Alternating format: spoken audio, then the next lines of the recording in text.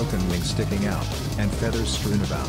We looked at each other uneasily, decided to say our prayers and quickly go home, in unspoken agreement that our days or worship were over. We make this sacrifice to you, oh, Xochipilli, and hope for guidance in return. I still remember that prayer perfectly. This time we didn't bother to try and listen for a response, partly because we feared that we would actually get one. We got on our bikes and furiously pedaled home. This incident took place, to the best of my memory, in August of '90. And you know what happened in August of '90 to the lake? It showed up in the papers. All the fish turned up dead overnight, floating belly up on the surface. And that lake has not been kind to life ever since. Like with the kid who drowned mysteriously. I suppose that Xochipilli rewards the patient. I didn't go down to the lake for years after that. Neither did Aaron. We never checked to see if someone had bothered to clean up the hole in the mess we'd made. When I finally went there was not the slightest trace of the altar. And I don't like going there. There are still some geese left. They have nothing to eat but what others feed them. Like I'm trying to make things spookier, but it's true, the way they look at me, it makes me feel evil. This story was almost certainly written by my brother, as it matches his style, and Aaron was indeed, as far I know, his best friend. According to my parents, there was a time when he, as a child, spent a lot of time at Echo Lake, so it fits. As he mentioned here, the lake's fish mysteriously turned up dead overnight during August of 1990. It is generally believed that a toxic leak from a nearby processing plant caused the disaster. Nowadays only a handful apiece remain.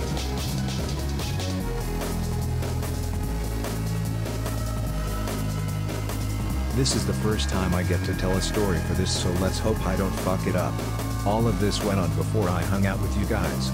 It was during winter vacations and days went by slowly. Back then I guess I was a pretty private kid, I mostly stuck to my video games. Or that's another way of saying that I didn't have a lot of friends. You know what I mean. My favorite place in the world back then was probably the Chinatown, right near Yuga Park. You know, it's not really a Chinatown, but close enough. And there's tons of little mom and pop stores ran by couples of second-generation Chinese, probably descendants of immigrant workers back during the early boom. You've learned about this in history class, hopefully. There was this one little dingy store where they sold the best candy and stuff straight from the Far East, in its cutesy packaging with Chinese characters. At least I'm guessing they were Chinese. I couldn't read them obviously, and the girl at the counter was very nice, this slightly plump university-aged girl who was probably the daughter of the couple who ran the place. I only saw the father like twice.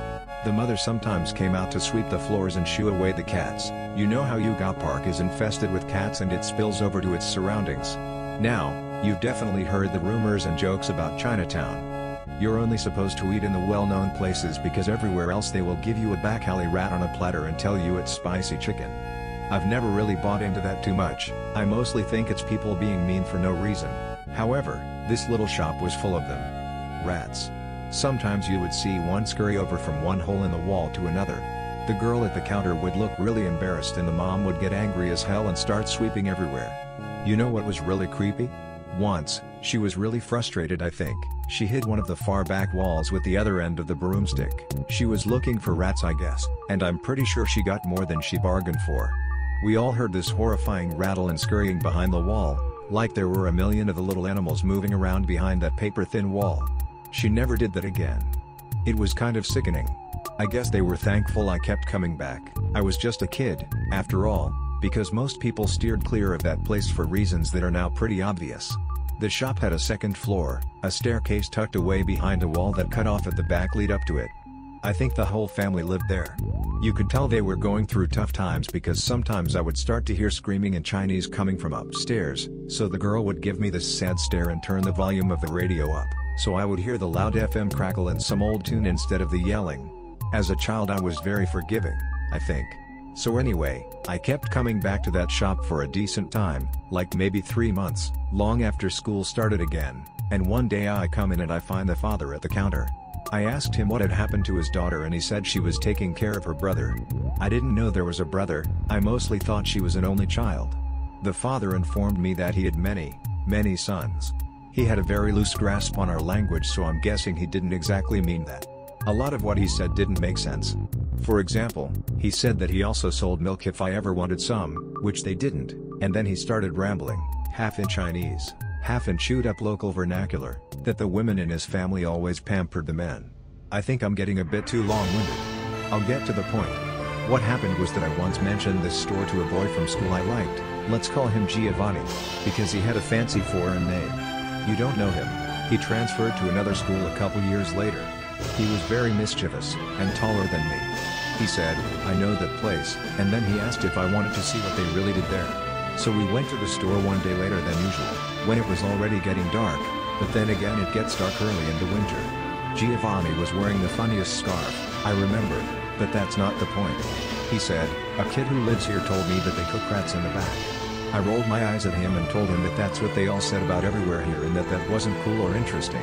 But he put on this really serious face and said no, really, I'll show you. That day the father was also watching the counter, and the rest of the alleged family was nowhere to be seen.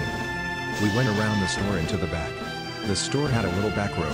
I always assumed it was for storage, nobody ever went in or out of there as far as I could tell. There was a little window in the back that peered into that room, but it was protected by iron bars to keep burglars out. You could still see through it, but barely. Giovanni put out his hands to let me climb up on them and look. So I did. I grabbed onto the bars and peered into the room. It was dimly lit. I couldn't see much other than a dingy old bed and a small desk with a lamp on it. Then the door opened. It was the mother. What I'm going to tell you now is why we don't go to that one kiosk. Again, it was dark in there and it was dark outside. I strained my eyes to see. Also I was freezing and Giovanni down there was complaining about his arms. But I was only focused on what was going on in that room. The mother came down and then she stood in front of the bed. She just looked down on the mattress, which was covered with a really thin sheet, and I could just barely make out that it was covered in stains. Plus the whole thing was really lumpy and uneven. Like it was a really old mattress that a lot of people had slept in over the years. I figured this all made sense because after all this family didn't seem to be very affluent. And then she ripped off the sheets. I realized that the bumps under those sheets weren't from a lousy mattress, the whole thing was just covered in rats. Like a gray carpeting of these animals, each varying from the size of a hamster to a full-grown rabbit, just sitting there, inert, as if they were paralyzed.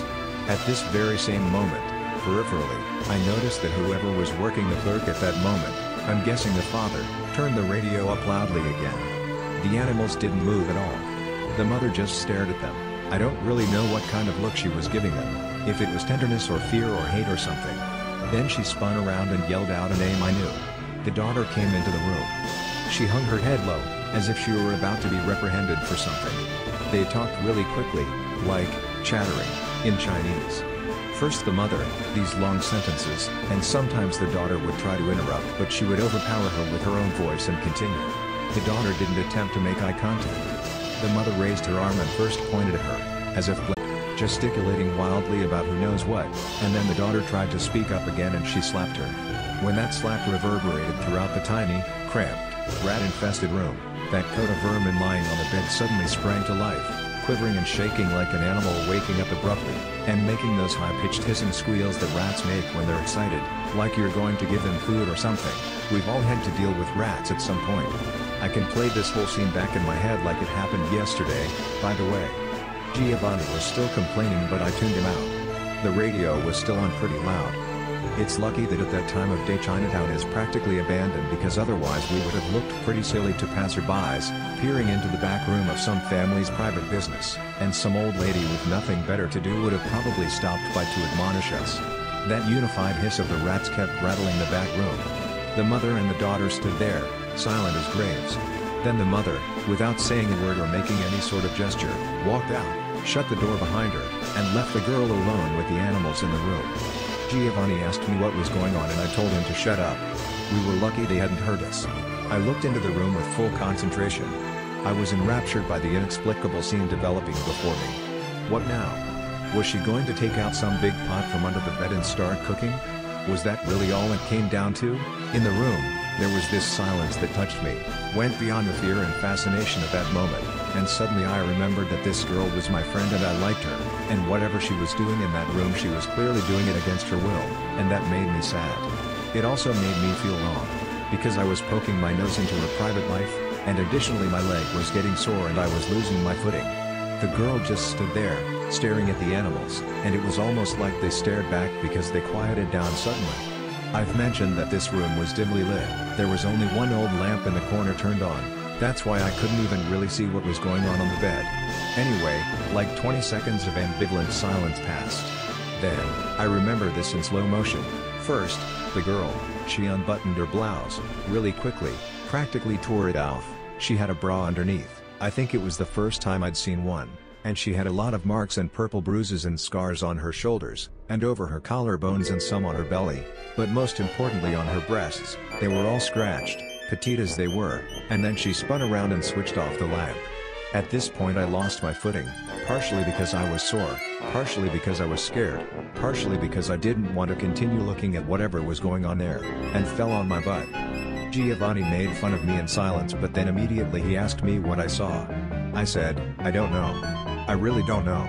But there were rats, I said. You were right. And then he did the little song and dance all self-righteous kids do when they're proven right, and he started telling me about other strange things he'd heard about Chinatown, but he was cut off by screams. Do you remember how I told you that sometimes I would hear this screaming coming from the second floor and then the girl would turn up the volume of the radio so nobody would hear? Well, this was the same thing, except it was the girl screaming, but then the father joined in. I heard the door open and slam shut once more, and I heard the mattress give into pressure, the rusted springs squealing, and I heard something get knocked over, and I heard that awful, sinister hiss of all the rats, and I heard them crawling up and down the insulation in the walls, in the sewers, under my feet, and for a moment I felt hundreds of tiny little claws crawling all over me. It was freezing. I was terrified by the screaming. I nearly pissed myself all over right there. Giovanni pulled me up. For a split second I considered peering back into the room, but with the light off I couldn't see anything. I didn't want to, either, so Giovanni and I ran away.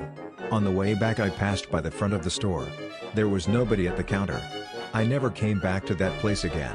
But it's still around, they tell me, although the daughter doesn't work there anymore, and you never see the father doing anything because he's senile and in permanent bed rest, so it's all the mother's work now. I've never seen the son they once mentioned, apparently nobody has. I told this story to Frank once. You know he's my cousin, right? Way before I knew the rest of you I told the story to him, but I chickened out of telling the truth. I went with the conventional answer and said yeah, they cook rats there. As a matter of fact I hadn't told anyone the whole thing until now. I haven't seen Giovanni in ages, either. I could still come back to that store someday if I felt like it.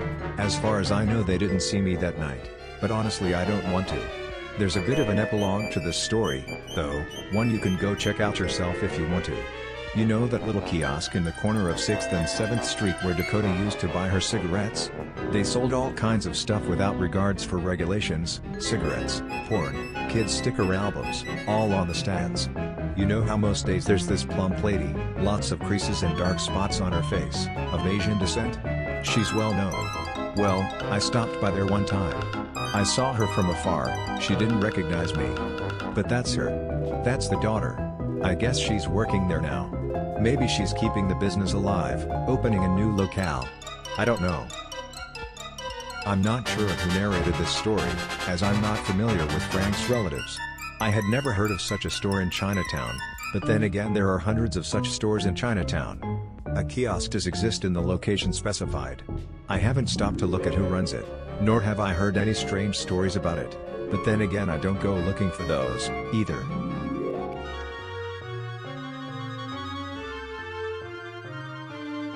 One morning, Erica and I decided that we were going to skip class.